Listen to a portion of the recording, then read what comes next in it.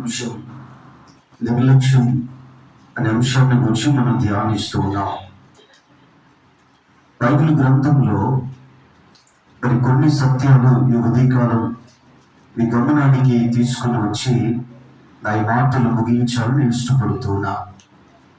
మరి ఇక్కడ ద్వితీయోపదేశకాండం 27వ అధ్యాయం 16వ వచనాన్ని మనం చదువుకున్నాం.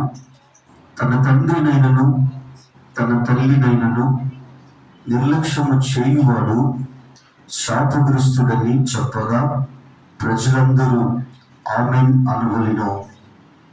మరి దేవుడు తన ప్రజలు ఐగుప్తు దేశంలో వారు బానిసలుగా ఉన్నప్పుడు ఫరో కబంధ హస్తాలలో దేవుడు తన ప్రజల యొక్క బాధను దేవుడు చూచాడు. వారి కన్నీటిని దేవుడు చూచాడు. వారి మొరను దేవుడు విని దేవుడు మరి మోషే గారిని దేవుడు నాయకుడిగా ఎన్నుకొని మోషే గారిని ఫరో ఎదుటకు ఐగుప్తు దేశమునకు దేవుడు పంపించుతూ మోషే గారి నాయకత్వంలో ఐగుప్తు బానిసత్వము నుంచి ఇశ్రాయేలీయులు విడిపించబడటం, వారు వాగ్దాన దేశమునకు మహా అరణ్యములు వారు బయలుదేరి వెళ్తున్నారు. మరి ఇక్కడ ఐగుప్తు నుంచి కానానుకు వెళ్ళడానికి మరి అది దగ్గరే, కానీ దేవుడు వారిని చుట్టూ దేవుడు వారిని త్రిప్పి ఆయన వాగ్దాన భూమికి దేవుడు తీసుకుని వెళ్ళాడు. మరి ఇక్కడ ఈ అరణ్య యాత్రలో దేవుడు ఇశ్రాయేలీయులకు ఆయన ధర్మశాస్త్రమును దేవుడు ఇచ్చాడు. దేవుడు మరి ఇక్కడ ధర్మశాస్త్రములో కొన్ని మాటలు దేవుడు మరి ఇచ్చినటువంటి సమయంలో మీ గమనానికి తీసుకుని వస్తూ ఉన్నా. తన తండ్రినైనను తన తల్లినైనను నిర్లక్ష్యము చేయువాడు శాపగ్రస్తుడు అని దేవుని వాక్యము సెలవిస్తుంది. కాబట్టి దేవుని వాక్యాన్ని మనం గమనిస్తే మరి ఇక్కడ దేవుడు మోషే గారి ద్వారా ఇశ్రాయేలు సర్వ సమాజముతో ఆయన మాట్లాడుతున్నాడు. మరి ఇక్కడ తన తండ్రిని తన తల్లిని నిర్లక్ష్యము చేయువాడు శాపగ్రస్తుడు అని దేవుని వాక్యము సెలవిస్తుంది. మరి ఇక్కడ నా ప్రియ సహోదరుడా సహోదరి, తల్లిదండ్రులను నిర్లక్ష్యము చేయొద్దు అని దేవుడు ఇశ్రాయేలులకు ఆయన ఈ హెచ్చరికను దేవుడు ఆయన దైవజనుడైన మోషే గారి ద్వారా ఆయన ఇవ్వటం మనం గమనిస్తూ ఉన్నాం. చాలా మంది ప్రస్తుత నేటి సమాజాన్ని మనం గమనిస్తే ప్రస్తుత పరిస్థితులు మరి చాలా మంది చెప్తూ ఉండగా మరి నేను వినిన మాట അല്ലെങ്കിൽ నేను కూడా బహుశా మాట విని ఉండవచ్చు. ఒకప్పుడు వృద్ధ ఆశ్రమాలు మరి ఎక్కడో మరి ఒకటో రెండో ఉండేవి. ఈరోజు వృద్ధ ఆశ్రమాలు వందల సంఖ్యలోకి వెళ్ళిపోయాయి. మరి ఎందుకు వందల సంఖ్యలో వృద్ధ ఆశ్రమాలు ఉన్నాయి అంటే కారణము మరి ఇక్కడ వృద్ధాప్యంలో ఉన్న తల్లిదండ్రులను నిర్లక్ష్యం చేయటం కారణంగా ఈరోజు ఆ వృద్ధ తల్లిదండ్రులు ఈరోజు వృద్ధ ఆశ్రమాలను వారు ఆశ్రయిస్తూ ఉన్నారు. తద్వారా మరి వృద్ధ ఆశ్రమాల లేకపోతే ఈ ఓల్డ్ ఏజ్ హోమ్ మరి వీటి సంఖ్య గణనీయంగా పెరిగినాయి అనే సమయంలో మీ గమనానికి తీసుకొని వస్తూ ఉన్నా.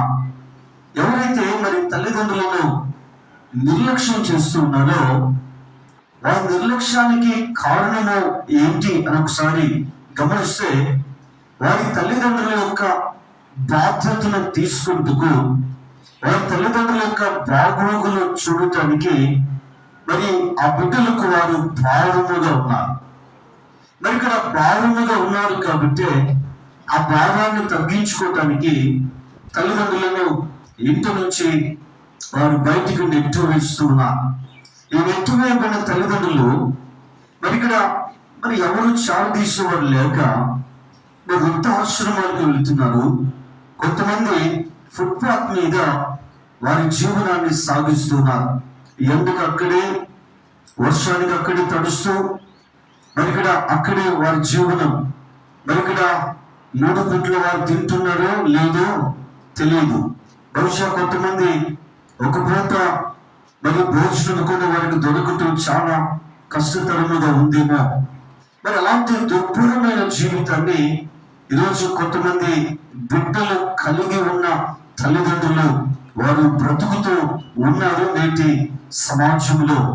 ఒకవేళ మీరు ఇలాంటి వారిని ఎంతమందిని బహుశా మీరు చూసి ఉండొచ్చు, లేకపోతే మీ ఆత్మీయుల్లో, బంధువుల్లో, లేకపోతే మీ యొక్క జీవితాల్లో ఇలాంటి అనుభవాలు బహుశా మీకు ఉండవచ్చేమో. కాబట్టి సంఘంలో గమనించుదాం. మరి ఇక్కడ నిన్ను కనిన నీ తల్లిదండ్రులు, మరి నువ్వు పుట్టినప్పుడు వారు నిన్ను చాలా ప్రేమతో వారు నిన్ను పెంచి నిన్ను పోషించి వారు ప్రయోజకులుగా చేశారు. మరి నిన్ను కని నిన్ను పెంచి నిన్ను పోషించుటకు నిన్ను ప్రయోజకురాలుగా చేయటానికి దాని వెనుక వారి కష్టార్జితం, దాని వెనుక వారి ప్రయాస, దాని వెనుక వారి యొక్క శ్రమ,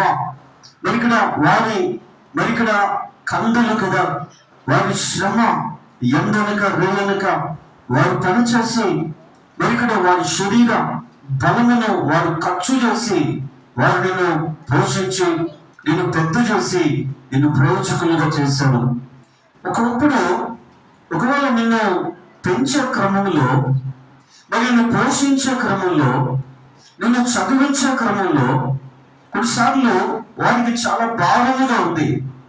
మరి ఇక్కడ వారు భారం అనుకోలేదు, నా బిడ్డలు వారు నాలా కాకూడదు, వారు బాగా చదువుకోవాలి, వారు ప్రయోజకులు కావాలి, వారి ఎండలో కూలీ నాలి చేసుకోకూడదు, వారు ఇదిగో మరి ఇక్కడ మంచి ఉద్యోగం చేయాలి. ఆ యొక్క తల్లిదండ్రుల యొక్క ఆశ. వారు ఒకవేళ భారం అనుకుంటే ఈరోజు బహుశా ప్రయోజకుడు అయి ఉండేవాడు కాదేమో కదా. ఒకవేళ వారి భారం అనుకుంటే ఈరోజు ప్రయోజకురాలివి అయి ఉండవేమో కదా.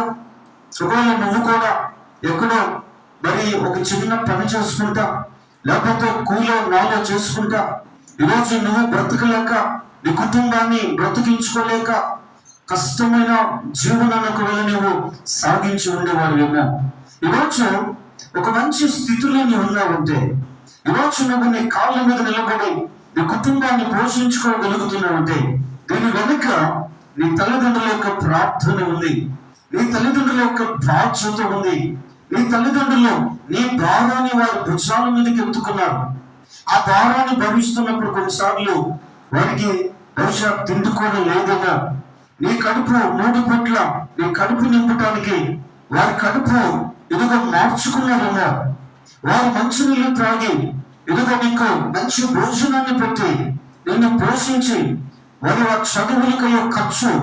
ఒకవేళ కొన్నిసార్లు వారి దగ్గర జోబులో డబ్బు ఉండకపోవచ్చు, కొన్నిసార్లు కష్టపడి మరి కష్టపడి పనిచేసి వచ్చిన డబ్బు మరి నీ చదువుకు వారు ఖర్చు పెట్టి, మరి కారణం ఏంటో తెలుసా, నా బిడ్డలు వారు మరి ప్రయోజకులుగా ఉండాలి, వారు మంచి స్థితిలో వారు ఉండాలి.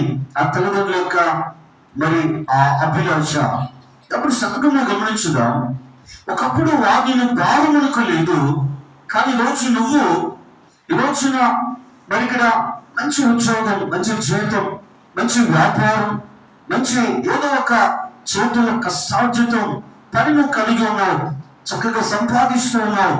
కానీ ఈరోజు జోబులో డబ్బు ఉంది, కానీ ఈరోజు మరి ఉత్త తల్లిదండ్రులను వారి భారమును స్వీకరించడానికి నువ్వు సిద్ధంగా లేవు. మరి వారి బాధ్యతను స్వీకరించడానికి, వారి భారాన్ని భుజాల మీద వేసుకోవడానికి ఈరోజు నువ్వు సిద్ధంగా లేవు. కారణం ఏంటో తెలుసా, నిర్లక్ష్యం. మరి ఇక్కడ దేవుని వాక్యం సెలవిస్తుంది, తన తండ్రినైనను తన తల్లినైనను నిర్లక్ష్యము చేయువాడు శాపగ్రస్తుడు అని చెప్పినప్పుడు ప్రజలందరూ ఆమేన్ అనవలను అని దేవుని వాక్యము సెలవిస్తుంది. ఆమేన్ అనగా అలా జరుగును గాక అని బైబిల్లో మనము గమనిస్తూ ఉన్నాం. ఈరోజు ఒకసారి ఆలోచన చేద్దాం. నిన్ను కనిన నీ తల్లిదండ్రులు వారికి వాళ్ళు వృద్ధాప్యంలో ఉన్నప్పుడు ఈరోజు బహుశా వారు బయటకు వెళ్ళి పనిచేసే అంత శక్తి, అంత శారీరక మరి అంత బలము వారికి ఉండకపోవచ్చు. కానీ రోజు మరి వారిని ఒకవేళ ఎలా, వారి పట్ల నీ వ్యవహార శైలి, వారి పట్ల నీ ధోరణి ఎలా ఉంది, నిర్లక్ష్యంగా వారి పట్ల ఎదుగును ప్రదర్శిస్తున్నావా ఒకసారి ఆలోచన